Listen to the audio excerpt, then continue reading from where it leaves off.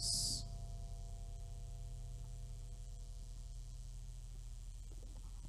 Nós vamos continuar hoje, irmãos, com a mensagem que nós começamos semana passada. Eu queria só que você abrisse nos dois textos aí. Primeiro texto de 1 Reis 19, do 1 até o 18.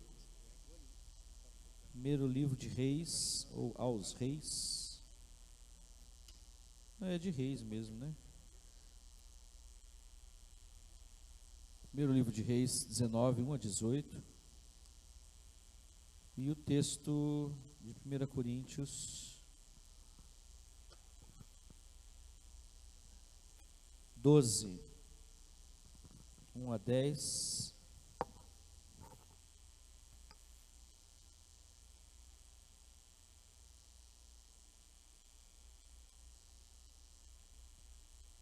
Primeiro Reis, livro dos Reis, capítulo 19, 1 a 18.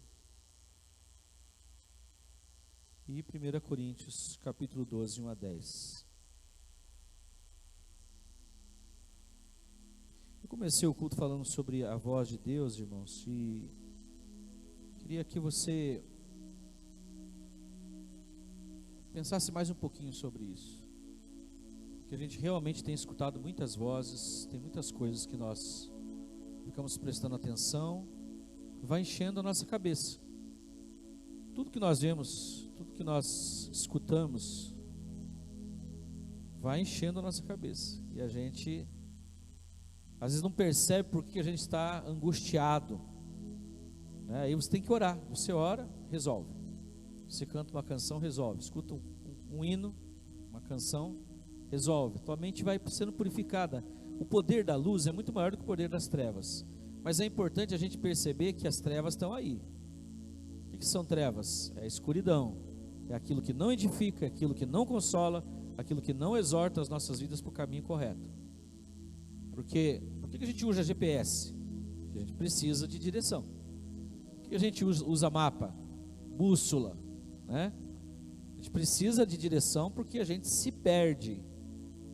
Ainda mais se você está num lugar que você não conhece. E a vida, ela é assim, ela te leva a lugares todos os dias que você muitas vezes não esperava que aquilo acontecesse. Você tem até uma noção, mas você estar lá, né, é diferente. Você já foi para uma cidade que você não conhece nada, você tem que parar, pensar onde é que é tal lugar, como é que eu chego lá, né? Por quê? Porque te dá angústia você ficar sem direção, sem saber para onde você tem que ir. E a vida é uma caminhada, por isso nós precisamos ouvir a voz de Deus, e principalmente observar quais as vozes que nós estamos escutando. É imediato, é rapidinho assim na mente da gente, rapidinho, o tempo todo. Aí vem medo, vem angústia, vem dúvida, vem preocupação. Tem pessoas que se concentram. Eu vi um pastor contando de uma mulher que teve um filho, e ela teve depressão pós-parto.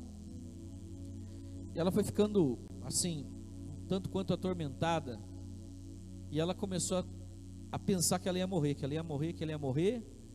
E aí o marido dela, ela ligava o marido durante o dia e falava: olha, eu acho que eu vou morrer, eu tô mal, e eu fico pensando como é que nosso filho, quem vai criar nosso filho? E ela começou a entrar nesse espírito de morte na cabeça dela, e Satanás começou a falar para ela: olha, você vai morrer, teu filho vai ficar nas mãos de outra mulher, a mulher não vai tratar bem teu filho vai sofrer. E ela começou a alimentar aquilo por muito tempo. O marido falava: não, não vai acontecer nada disso não. Ele tentava dissuadir, daí ele estava no trabalho, mas ela entrou nessa pira, entrou nessa coisa na cabeça. Bom, para resumir, a mulher matou o filho, porque ela falou: bom, eu vou morrer mesmo, eu não quero que meu filho seja criado por outra e nem sofra. Tem cabimento um negócio desse, né? É melhor o filho sendo criado por outra pessoa, talvez não bem, do que morto. Mas ela entrou nessa ideia. Então a nossa mente, ela pode ser atormentada por pensamentos, né, por sentimentos que vão tomando a gente, e a gente precisa ouvir a voz de Deus e agradecer. Deus, eu te agradeço porque o Senhor fala comigo. Esse método aqui de pregação, né, que ainda é na escola, na faculdade, você tem um método novo de fazer aquele círculo onde estão todos iguais, né? Isso não é diferente um do outro, mas na verdade o professor é diferente dos alunos. Ele já estudou, ele sabe, ele tem como ministrar, tem uma responsabilidade. Os alunos estão aprendendo, né? Estão caminhando, a jornada que ele já fez. Mas é um método que o pessoal tem deixado de lado. Só que esse método é o método que Deus instituiu para nós, porque Ele nos deu ouvido, Ele nos deu capacidade de fala e Ele também fala conosco. E ouvir a voz de Deus é muito bom. A gente ter direção. Ele jamais vai nos levar para a desgraça, para a desonra, para o sofrimento, para a pobreza, para a miséria, para tudo aquilo que, né, a gente ouve as outras vozes e aí acaba tomando o nosso ser. Então, esse modelo aqui, por mais ultrapassado que pareça que seja, está aqui um pastor à frente ministrando, no mundo inteiro é assim, né? Tem plateias maiores, grupos maiores, mas é a forma com que Deus usou para que nós pudéssemos ser abastecidos da palavra da vida. O texto de 2 Coríntios 12, 1 a 10, dá uma olhada aí. No primeiro texto, nós temos lá de Reis, a história de Elias, né? Que venceu os profetas de Baal, de Astarote, e aí a Jezabel falou que ia matá-lo. Ele corre para o deserto para morrer, que ele não quer viver mais. E aí Deus vai lá e fala com ele, fala: Elias, você tem ainda uma missão. E depois Deus o arrebata naquela carruagem de fogo. E eu dei o primeiro tema desse texto semana passada. Preste atenção, o que acontece quando estamos no rigor da lei, no rigor dos regulamentos. Eu disse que nós experimentamos medo e juízo, que foi o que aconteceu com Elias. Nós vamos para a direção errada, quando está no rigor da lei. Vem o desânimo porque nós supervalorizamos o nosso comportamento. E 4, nós chegamos ao ponto de julgar a Deus, porque Elias falou assim: Senhor, eu já fiz tudo que o Senhor mandou, não acontece as coisas do jeito que eu quero. E aí ele ficou pensando: será que Deus me abandonou? Será que Deus não está comigo? Mas é o rigor da lei que faz isso, né? Elias foi levantado como um profeta para trazer o povo de volta à lei de Deus, para mostrar o parâmetro. Eles estavam naquela época, na época da lei. A lei, ela teve a sua duração até Jesus, mas ali era necessário que eles voltassem para ali, porque estavam totalmente desviados. Era a direção que Deus tinha dado através da lei, o que fazer e o que não fazer. Mostrava quem eles eram, mostrava, a lei mostra, espelhava, por exemplo, naquela época espelhava o que para eles? Idolatria e feitiçaria, porque a idolatria leva à feitiçaria. Depois vem a prostituição, aí vem as doenças e aí entra a fome. É uma sequência que sempre acontece. Então Deus, através de Elias, trouxe eles para olhar para a lei de novo, para eles se enxergarem: vocês são idólatras, vocês estão virando feiticeiros. A lei mostra a gente o que a gente está fazendo de errado, mas ela não tem poder para te tirar daquilo. Você pode tomar posição assim: eu não vou fazer mais isso. Não consegue, ainda mais se tiver uma rainha, um rei que fala: vai ser assim, o culto é esse agora. Eles eram obrigados a fazer isso, ou morre ou faz do jeito que o rei está mandando. Mas eles precisavam do que nessa hora? Da misericórdia que sempre esteve lá. Davi disse: a tua misericórdia, ela se renova a cada manhã, e a tua graça é melhor do que a vida para mim, ele disse. A tua misericórdia, porque ele encontrava a incapacidade de cumprir a lei, e daí ele encontrava a misericórdia de Deus sempre, e Deus o resgatava, Deus dava vitória, Deus o levantava. Não era ele que fazia o que era certo, era a graça que o conduzia. Mas ficar sem a lei de Deus, ficar sem a orientação de Deus, é não saber mais o que é certo e o que é errado. E eles dependiam demais disso. Na nova aliança, o ministério de João Batista é comparado ao ministério de Elias. O ministério de Eliseu é comparado ao ministério de Jesus.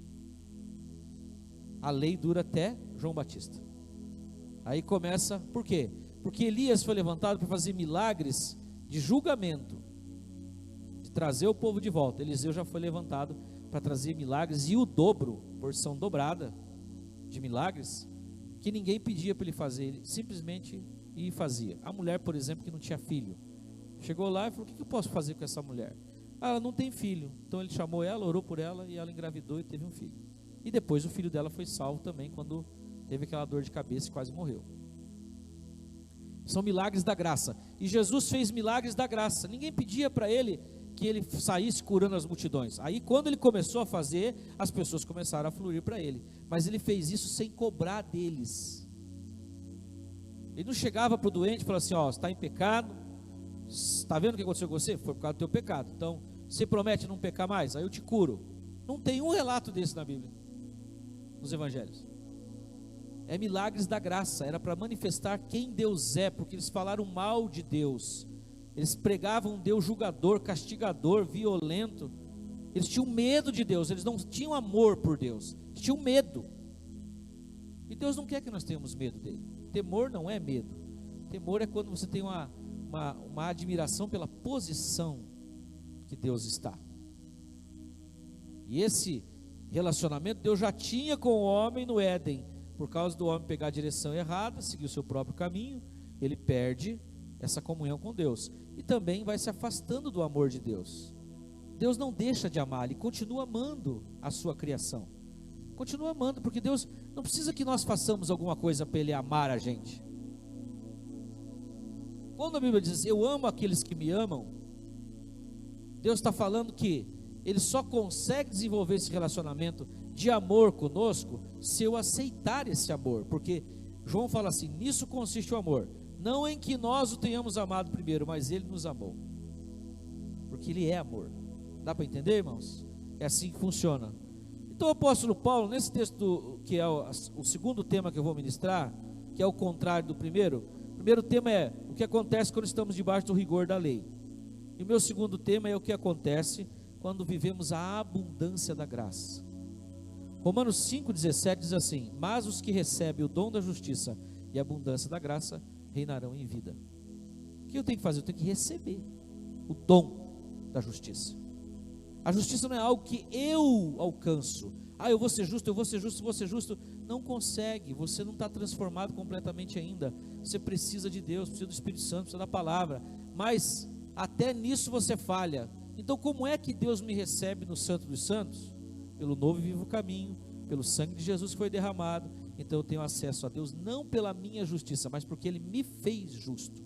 E Deus é justo em nos fazer justo. Amém? Vamos repetir isso? Deus é justo em nos fazer justo. Por que Ele é justo? Porque Ele deu o seu filho morreu. Ele não pode me condenar se Jesus morreu por mim. Eu aceitei essa substituição. Como é que Ele vai? Mandou seu filho vir, passar o que passou, sofreu na cruz, morreu, ressuscitou. Aí eu aceito Ele, recebo Ele como meu Senhor, e daí me proponho a fazer o que Ele fez. Não, Ele já fez por mim. Eu tenho que me propor a ter um relacionamento com Deus, porque o ditado dize-me com quem andas e eu te direi quem és, é verdade. Se você anda com Deus, tem intimidade, não tem medo dele, tem amor, esse amor vai te envolvendo, ele vai te cativando, ele vai te constrangendo, e você já foi santificado na santidade de Jesus, já foi justificado na justificação de Jesus. Você não tem que se preocupar em dizer: Deus, eu não consigo. Ele fala: eu já sei que você não consegue, por isso eu dei meu filho para morrer por você. A gente tem que lembrar dessas coisas, irmãos, porque constantemente o nosso acusador, Satanás, se pode ver, quando alguma coisa acontece errado na tua vida, não dá certo, você já fica pensando: o que eu fiz de errado? Tem alguma falha? Não, é outro período. O período da graça é uma outra coisa. A abundância da graça, ela nos faz ir em outra direção. Veja bem, Elias, nessa pegada da graça que ele estava, e julgando o povo de Israel, e julgando Jezabel, e queria que Jezabel morresse de qualquer jeito, né? A gente também experimenta medo e juízo. A gente pode ir para a direção errada. Vou recapitular. Vem o desânimo porque a gente supervaloriza o nosso comportamento. Eu tenho sido zeloso, e daí? Como é que fica? O senhor não vai responder? Ele falou isso. E no final chegamos ao ponto de julgar Deus. Quando você está debaixo da abundância da graça, nós vivemos debaixo disso, é o que Paulo experimentou aqui, ó, nesse texto. O que está acontecendo aqui? Eu não vou ler todo o texto, depois você lê em casa. Mas ele chegou e falou assim: gente, olha, eu tenho que ficar aqui falando para vocês quem eu sou, ficar me gloriando para vocês, porque tem alguém aí na igreja, porque Paulo não estava, ele fundava as igrejas, deixava presbíteros e ia organizar outra igreja. Quando ele ouvia notícias daquela igreja, ele ouvia que eles estavam indo bem ou não, né? Ele teve várias cartas que ele elogia a fé, o comportamento deles, que eles estavam permanecendo na fé evangélica, que estavam permanecendo dependendo da salvação de Jesus, não entrando no judaísmo, que era uma luta que ele tinha, não indo para o gnosticismo, que era uma outra seita que queria espiritualizar.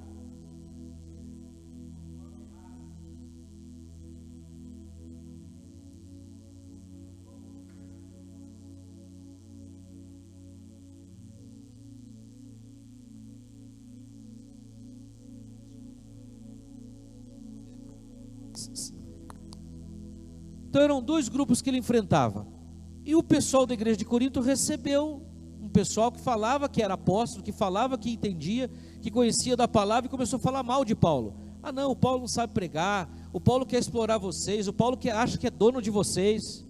E aí ele é o pai espiritual deles, ele tinha preocupação com eles. E eu vou ler só uma parte aqui do texto, aonde ele fala assim: olha, eu vou falar que nem um doido aqui para vocês. Ele diz assim: mesmo que eu preferisse gloriar-me, deixa eu pegar o texto aqui com os versículos. 2 Coríntios 12, eu falei, irmãos? É isso, né? 2 Coríntios 12. É a segunda carta de Paulo. Deixa eu ver o versículo que ele começa a falar isso aqui.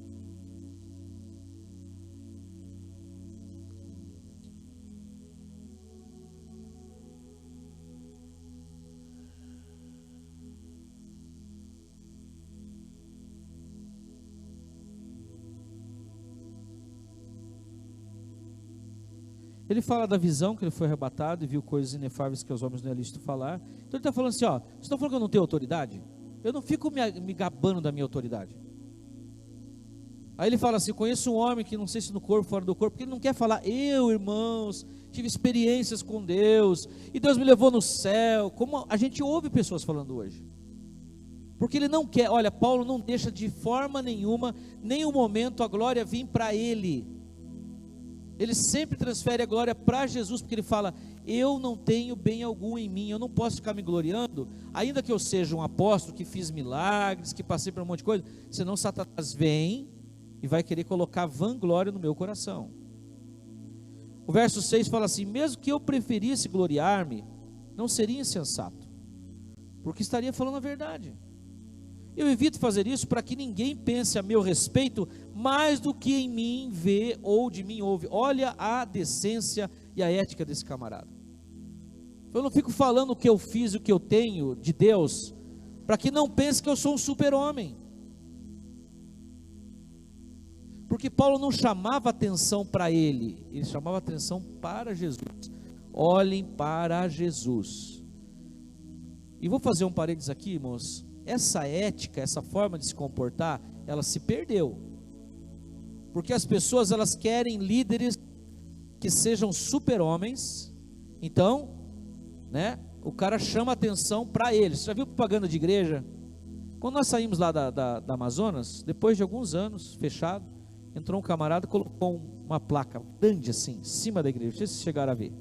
Aí colocou uma foto dele e da esposa, que ele era o homem de Deus, fulano de tal. Você imagina se Paulo visse isso, ele tacava fogo naquela placa lá. Por quê? É uma tendência a chamar atenção para si.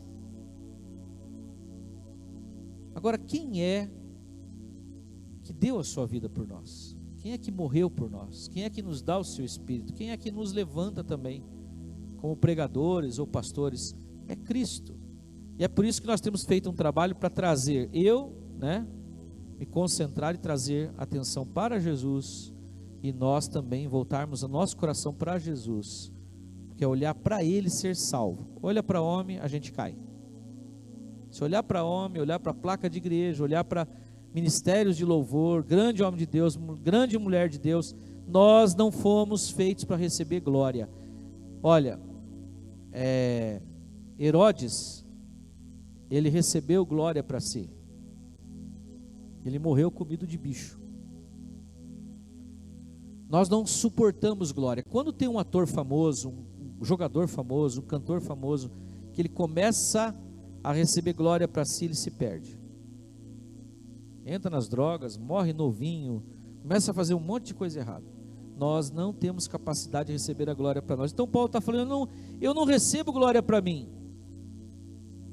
E aí ele fala aqui no verso 7, para me impedir que eu me exaltasse por causa da grandeza das revelações, foi-me dado um espinho na carne, um mensageiro de Satanás para me atormentar. 3 vezes roguei ao Senhor que o tirasse de mim, mas ele me disse, a minha graça é suficiente para você.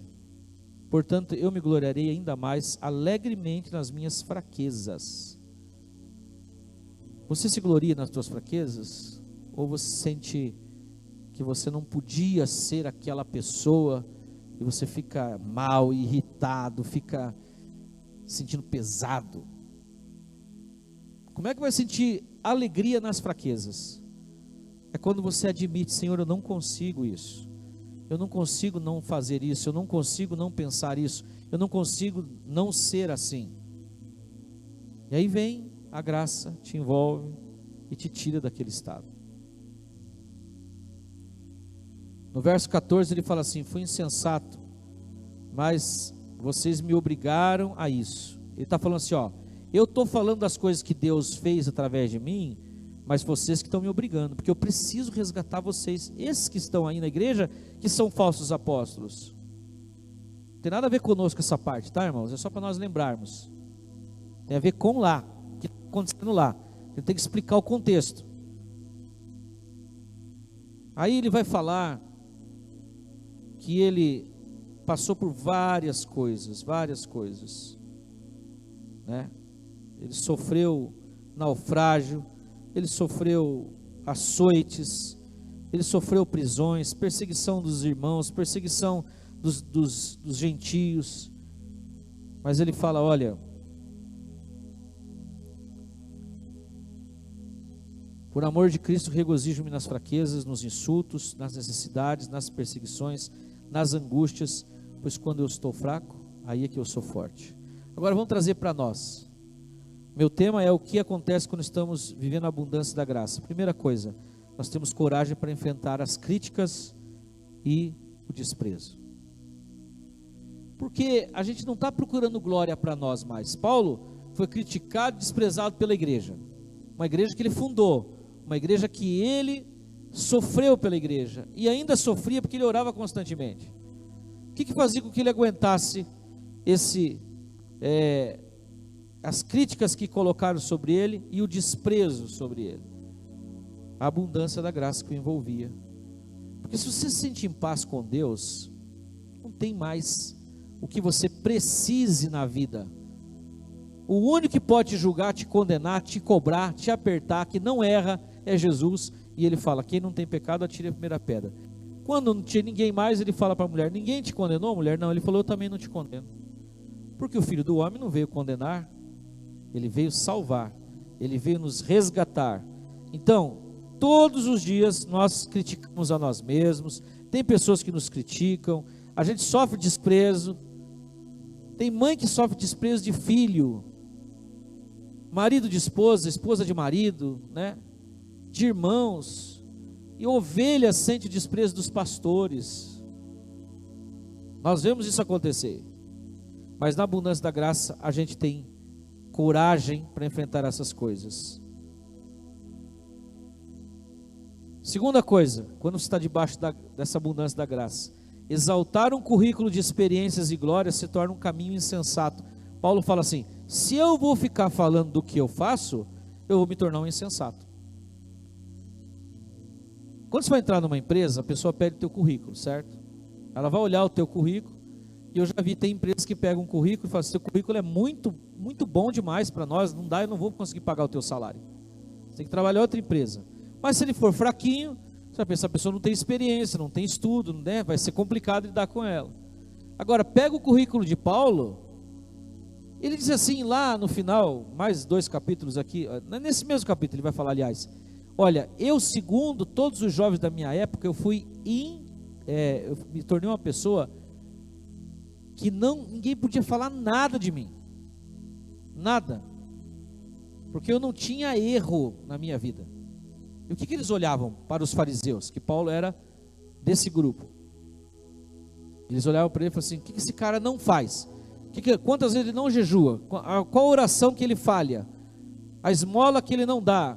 E ele disse: olha, eu fui uma pessoa impecável, só que eu considero tudo isso como esterco para que de alguma forma eu possa alcançar Cristo. O que quer dizer isso? Eu posso ser o melhor da minha casa, o filho mais correto, a pessoa mais certa. Eu posso ser o melhor na igreja, por tudo que a igreja pede. Eu posso ser o melhor na empresa que eu trabalho, mas diante de Deus eu não sou ninguém. Que a grandeza e a santidade dele são incomparáveis. Se você se compara com a pessoa que está lá atrás, ontem eu vi uma pessoa falando assim que o ex-marido dela falava assim para ela: o que você está reclamando? Eu ainda volto para casa, todo dia às 10h30 eu estou aqui. Tem marido que nem volta para casa. Aí ela falou assim: o que você está reclamando? Tem pai que nem cuida dos filhos. Eu ainda cuido, eu dou as coisas e tal. Então assim, se você se comparar com quem está pior do que você sempre vai se sentir melhor. Agora, se comparar com Deus, né, com Cristo, que é excelente, que é o nosso alvo, Ele é o nosso alvo, é como Ele que nós vamos chegar a ficar. Sozinho não vamos conseguir, Ele vai transformar o nosso corpo, vai transformar a nossa mente. Daí no final, quando a gente for sendo arrebatados, eu acho que vai ser agora até dia 31 de dezembro, quando a gente for arrebatado, até dia 31 de dezembro é o prazo máximo, de acordo com as profecias aí, depois vocês me perguntam por quê. Mas nesse dia a gente vai ser transformado no corpo, na mente, se tornar perfeito daí, semelhante a Ele nós seremos, certo? Esse é o alvo. Agora, se eu ficar me comparando com uma pessoa que é pior do que eu, sempre eu vou me achar melhor, ainda mais se eu naquele quesito for melhor que a outra pessoa. Então Paulo está falando assim: eu vou ficar exaltando o meu currículo para vocês? Não, isso é insensatez. O meu alvo é Cristo, eu tenho que falar de Cristo para vocês, não é de mim. Se eu falar de mim, eu não vou falar mentira, ele está dizendo, porque eu sei o que eu tenho passado, o que eu tenho sofrido, o que eu tenho vivido, para estar no ponto que eu estou. Mas eu sei que não sou eu, é a graça de Deus. No capítulo 10 dessa mesma carta, ele fala assim: eu trabalhei mais do que todos os apóstolos, contudo não eu, mas a graça que está em mim. Deus me favoreceu me encontrando, me favoreceu, né, me revelando as coisas, me dando dons. Deus me favoreceu tendo oportunidade para fazer essa obra. É o favor de Deus na minha vida. É o contrário daqueles que se exaltam. Terceira coisa, quando nós estamos debaixo da abundância da graça, reconhecemos nossas fraquezas no nosso comportamento diante das lutas.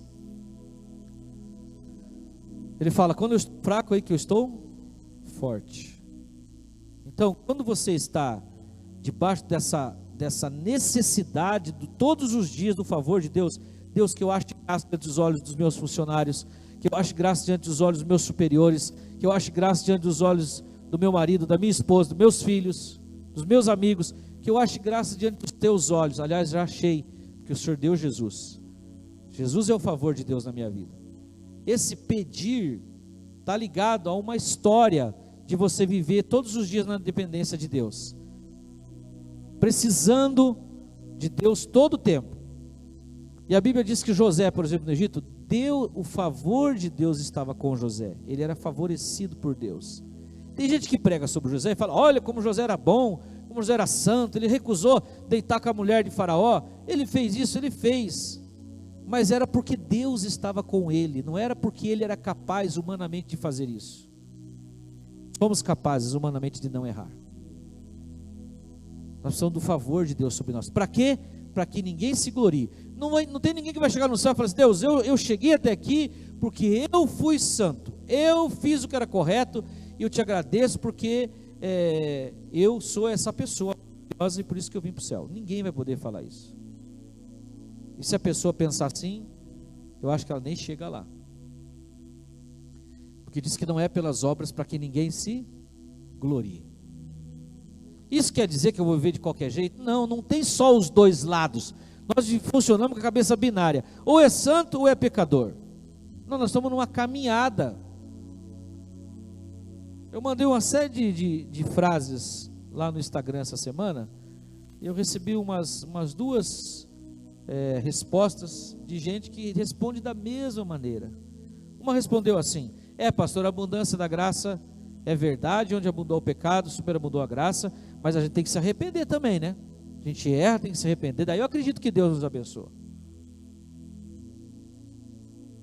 A Bíblia diz que é a bondade de Deus que nos leva ao arrependimento, e não o nosso arrependimento que traz a bondade de Deus. O filho pródigo é recebido, ele fica de boca aberta e fala: como meu pai está me tratando assim depois de tudo que eu fiz? Porque ele é Deus, porque ele te ama. E se o amor dele não te convencer, nada vai te convencer.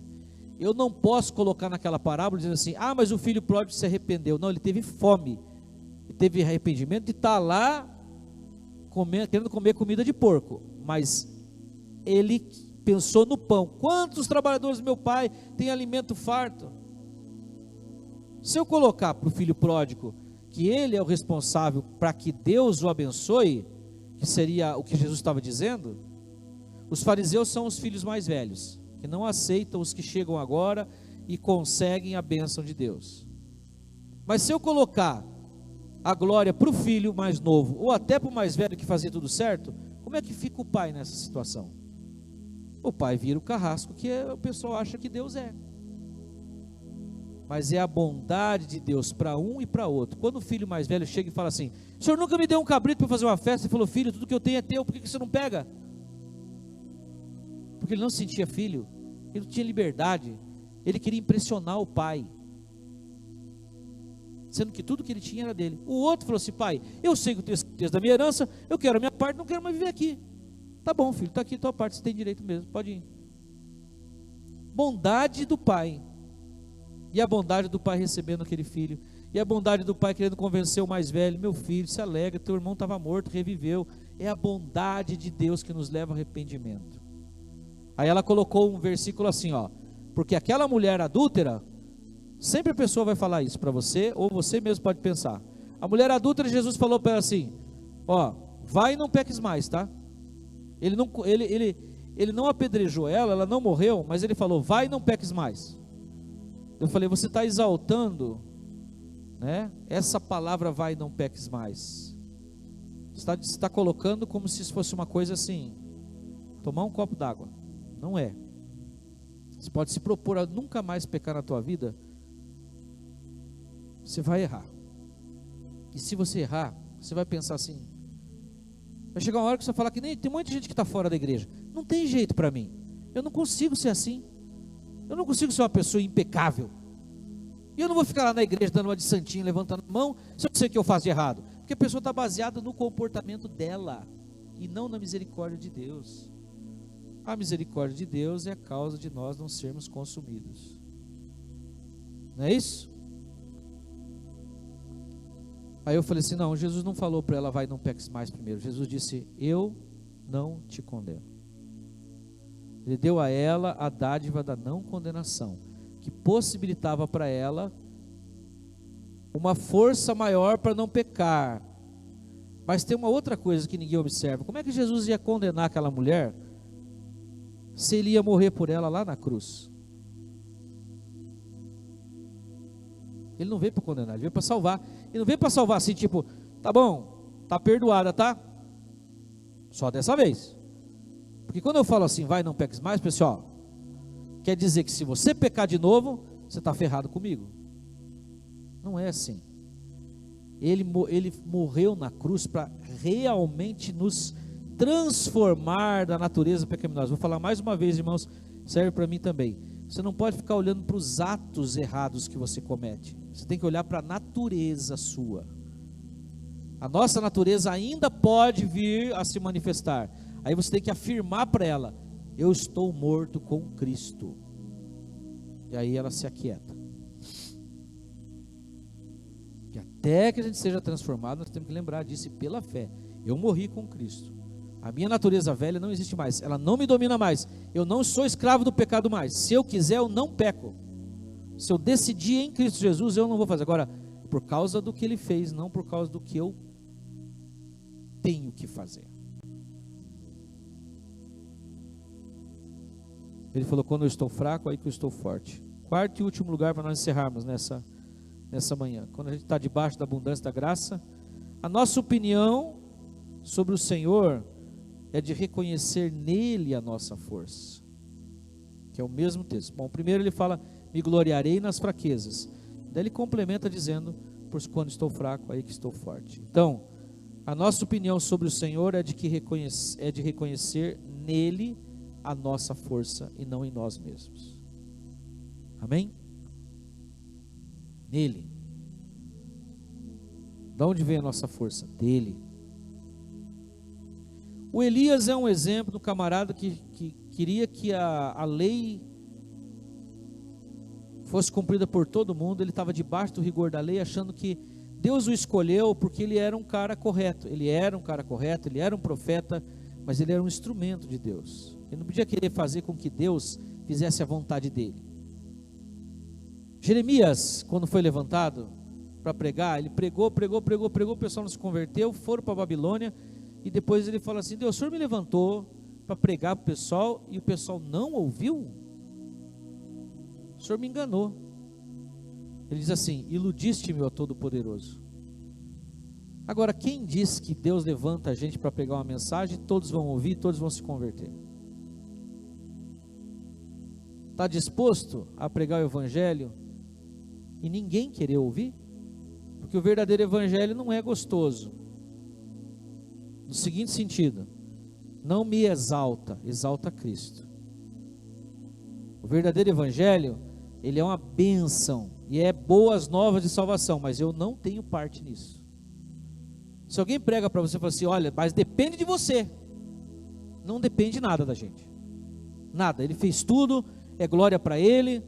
Depois que eu compreendo isso, aí sim que eu começo a ser transformado de glória em glória, porque daí Ele vai ser sempre exaltado e não eu. Eu tenho que entender: não depende de mim, não dependeu de mim, Ele fez tudo, está feito. Nada que eu faça de bom acrescenta alguma coisa lá no que Ele fez na cruz. Nada que eu faça de errado retira o valor do que Ele fez. Não retira o valor, é tetelestai, está consumado, a dívida está paga. Deus está em paz comigo e com você. Mas pastor, se viveu uma vida errada, sempre tão preocupado com isso. Não se preocupa com isso. Quem está na graça, quem se entrega para Cristo, quem se entrega aos braços do Senhor, vive como Paulo. Ele fala assim: já não sou eu que vivo mais, mas é Cristo que vive em mim. Não se preocupe com isso. O Espírito Santo vai trabalhando, vai te levando, vai te movendo e vai levando você de glória em glória até ser dia perfeito. Amém? Amém, irmãos? Debaixo do rigor da lei, a gente se comporta de um jeito. Debaixo da abundância da graça, é de outra forma. É assim que acontece. É só você ler Velho Testamento, Novo Testamento, e olhar para a vida de homens como esse Paulo aqui, você vê como ele mergulhou na graça. Tem aquela canção que nós cantamos: tem ciúmes de mim? Me ama, me ama, me ama, da Ana Paula. Tem uma frase que fala assim: se a graça é um oceano, estamos afogando. Como que a gente mergulha nessa graça? Deixando de nós. Porque quando você fala assim: eu tenho que deixar do meu orgulho, eu tenho que deixar da minha arrogância, da minha prepotência, como se fosse fácil fazer isso. Eu tenho que deixar da minha ideia de que eu posso ser santo por eu mesmo. Deixa eu perguntar para você: você acha que você vai conseguir ser perfeito por você mesmo? Ouvindo, lendo, estudando, jejuando, sabe? Se tornando a pessoa mais crente do mundo, você vai conseguir ser perfeito por você mesmo? Pastor, eu vou, se eu souber o que é errado fazer, eu vou fazer força para não fazer. Se eu souber o que é certo fazer, eu vou fazer força para fazer o que é certo. Tente.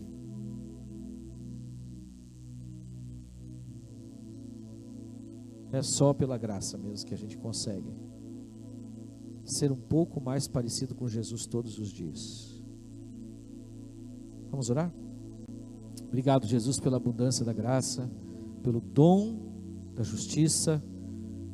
Nós queremos te pedir, Espírito Santo, que consigamos abrir mão até da nossa ideia de que nós conseguimos ser perfeitos por nós mesmos.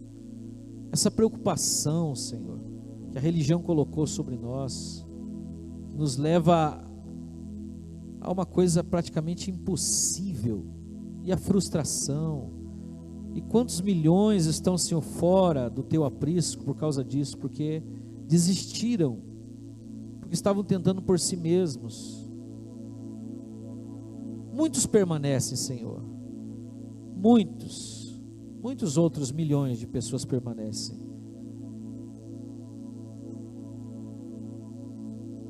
Mas esses,